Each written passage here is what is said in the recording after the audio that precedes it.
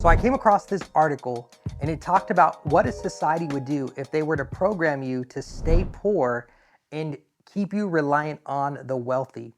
And I want to share with you what those things are. And I also want to share with you what God would do if he were to help you become wealthy and what that would look like. And to define wealth, I don't necessarily want to put a number on it, because when God helps us become wealthy, it's a state of being. And that's why Jesus said, I've come to give life and life more abundantly, as he was talking about this inner wealth that we get to experience. And so it would begin from within, because we know what is seed within can manifest out. So I want to share with you what God's wealth ladder would look like. But first, I want to share with you about this article on how a society would program you to stay poor and reliant on the wealthy. Okay. The first thing that the article said is it said it would kill your vision early.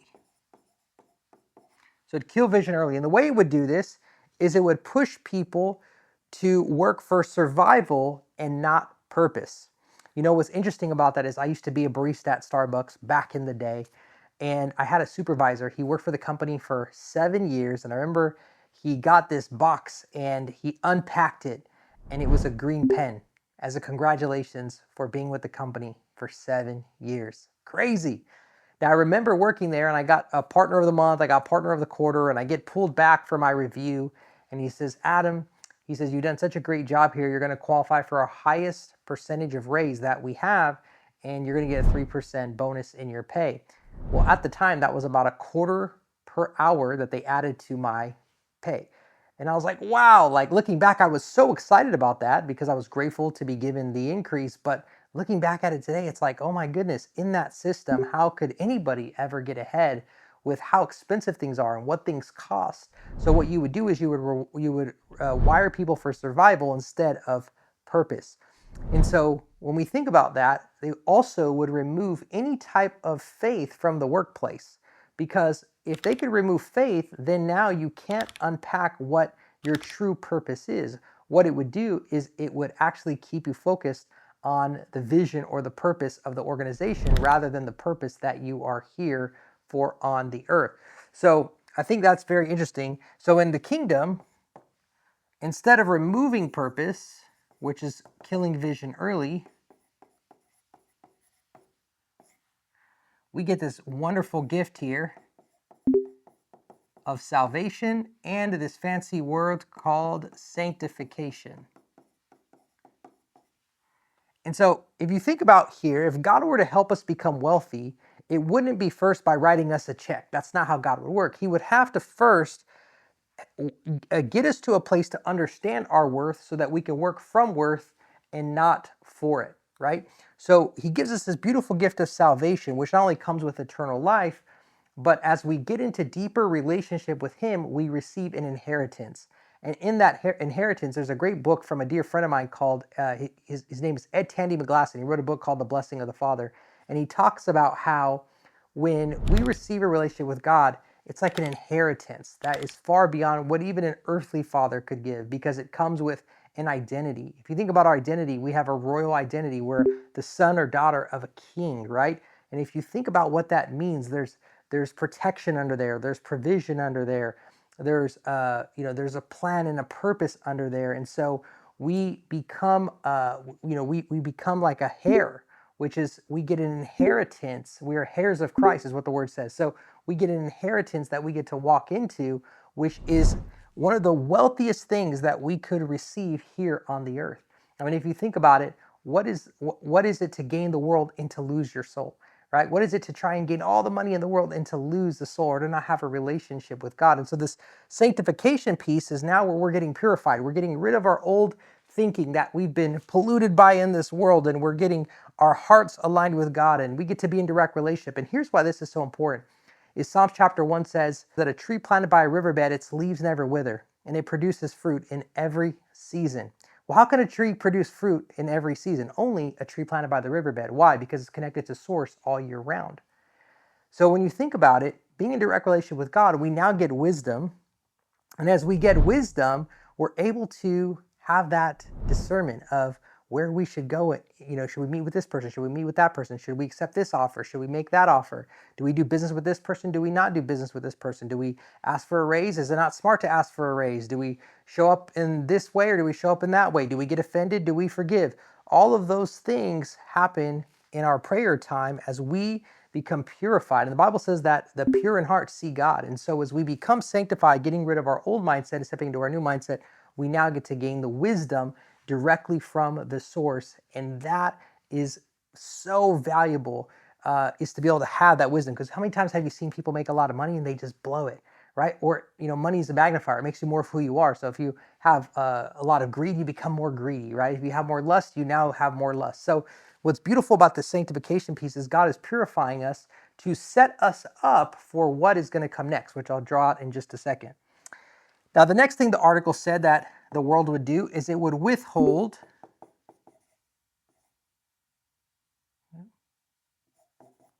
financial information.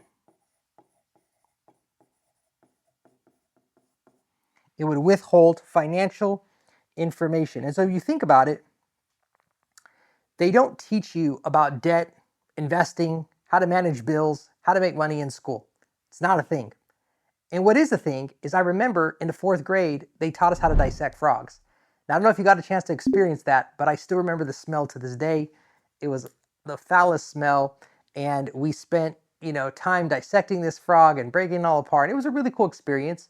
And so was running under the parachutes. You remember that in PE where you throw out the parachute and you'd like run underneath it and then close the parachute. And there was all these fun things that we did. But it's so funny because then you graduate, you get your certificate, a tote bag, and they hand you your debt if you didn't pay off your tuition in college or had parents to do that for you, or you didn't get financial aid to take care of that for you. You end up with a big bill, and then you start getting hit with reality. Like you're like, oh my gosh, life is expensive, the cost of rent, and then you got, you realize a house costs $500,000 or $1 million to move into. Then you got taxes, and you got all these things, and you're like, why didn't school ever teach me that? Like, where is that class to life, right? And so it's like, man, the world, if a society wanted to keep you stuck, they would withhold financial information. Why would a society do that? Only if a society wanted to keep you reliant on the wealthy, to be able to remove your ability to have growth in this society. Because why? If you have the information, then you may not need to be reliant on the wealthy. And that's a system, and that's what the education system originally started, to help program people to work in the workforce in a systematized way. And the education system has failed us. And so in that, what's cool is that if God wanted to help us be wealthy, he says that only one thing will destroy us in this world. And he says it's lack of knowledge. And so it doesn't say the enemy, it doesn't say the enemy will destroy you. It says the lack of knowledge will destroy us. And so we know that God would want us to be able to have the highest of educations because he calls us to have knowledge. And in that, we're able to get the knowledge that we actually need to fulfill this vision that gets revealed to us in relationship. And so rather than learning just random knowledge in school, we actually get to pray about, hey, what should I be learning? And so if you were to ask yourself right now, what is the skill set or the tool set or the mindset that you need to fulfill the vision for the thing that you feel called or led to do, right? And along that way, if you're an entrepreneur, for example, there's no doubt you need to master sales, you need to master marketing, you need to master systems, right? These are skill sets that need to be mastered. Then you need to master the mindset, right? How do you get past, how do you stay disciplined, and how do you manage your time, and how do you think about money and your connection to it? Then you have your tool set. What systems are you using? Are you caught up on AI, and are you caught up on latest technology? And so there's that block time of being able to manage or to focus on getting the knowledge you need to go after vision. And this is where trust starts to happen. Is if you think about, like, would you ever hand your taxes over to somebody who didn't know how to do taxes, right? Well, why would you do that? In the same way, why would God hand over resources to you if you didn't know how to manage it? So we've got to be able to get educated, and this helps build trust so that we can steward what God has for us. The other thing that a society would do to keep you stuck in a cycle is they would have you dependent on debt and consumer spending. So they would get you stuck in debt and they would have you be a major consumer, right? Consumer culture. And so if you think about it, we've normalized debt so much so you got it's crazy that 6.1 Americans to the like right now are behind on their mortgage, right? You have all these buy now and pay later programs. So they would allow you to do it to the point where today they even allow you to do buy now pay later on your groceries. How crazy is that, right? And so they don't teach you about finances in school, but then you turn 18 and then they give you a credit card and you could put your favorite sports team on it. You could put SpongeBob on it, right? You get qualified for it. They want you to start spending crazy interest rates, 18%, 23%, 26% interest rates. So it becomes this society where you can pretty much access anything on a credit card and begin to amount debt. And then, what's crazy is then they would create a consumer culture, right? Where you begin to put your value more in what you drive or what you wear or what you post rather than putting your resources and stewarding your resources, where we know that God talks to us about not being a slave to the lender. So what God would want us to do is he would want us to learn stewardship. And a lot of us are praying for $1 million business, but you got $10 habits, right? I'll say it again. Some of y'all praying for $1 million business, you got $10 habits. And so what stewardship does is it allows us to ask ourselves, am I really managing my gifts well? Am I managing my time well? Am I managing my money well? Am I managing the people that I'm leading well? Am I managing, maybe it's the job that I have well? How are we getting there? And a lot of times we're so distracted because of this consumer culture. We're scrolling across our feed all around us and we're just so distracted with so much going on that it blocks us from answering some of the more meaningful questions that can completely change it all. And what's so cool, I was actually listening to a video from Myron Golden. He's amazing. If you haven't seen his work, he does amazing work. And he was talking about how if you look at a garden, and he was saying that a garden doesn't have to try to grow weeds. The weeds just grow. And you don't have to try to not smell bad. If you don't take a shower, you're just going to smell bad. He said, because in order to have a great garden, you have to be intentional about it. In order to smell good, you have to be intentional about it. He said, so to have failure, you don't actually you don't have to try, and you'll just have failure follow you. Like your life will get worse if you lack intention. But with intention, or success itself requires intention, right? It requires this word, stewardship. You have to plan and be intentional about it. And sometimes people are so spiritual. This word surrender is very popular. And everyone's like, you just got to surrender. And the problem is sometimes people will surrender, but they give intention away. They give out their intentions away. And so then now they're surrendered with no direction. And that's where things start to go wrong. Finances are struggling. Their weight is getting out of control. They're not having the success they want to see. And they're saying, God, where are you? I'm surrendered. Where are you at? And they've let go of intention. And so what's important is that we've got to be intentional as we're surrendered, meaning relying on God. And we're intentional about where we're going and how we're stewarding what we've been given, right? Now, there is a time to be fully surrendered when God wants to switch your intentions, because maybe, he's moving you into a different season, right? And that's different. What I'm talking about is being able to be intentional because of, you're stepping into stewardship. So the world would want to be able to kill vision early, remove purpose, withhold financial information, keep you in debt, get you in a consumer culture. And what they would want to do is they would want to keep you in a loop of comparison. So now what you're doing now is you're looking at your feed and you're like scrolling, and it's amazing to see everybody else's highlights and getting everyone to compare against each other. And so what that would do, or what would that do? If you're comparing yourself to other people all the time, well, what it would do is it would get you to want to spend more to keep up with them. It would want you to get a nicer car to keep up with them. It would want you to have nicer clothes to keep up with them. It would want you to go out and do, travel here to keep up with them. It would create an economy. And where does all that money flow? It flows up. And so that gives more to the wealthy, which is amazing to see a society that would set us up in that way. And so we are not here to operate in that system. We're here to break it. And so in the kingdom, it's about collaboration.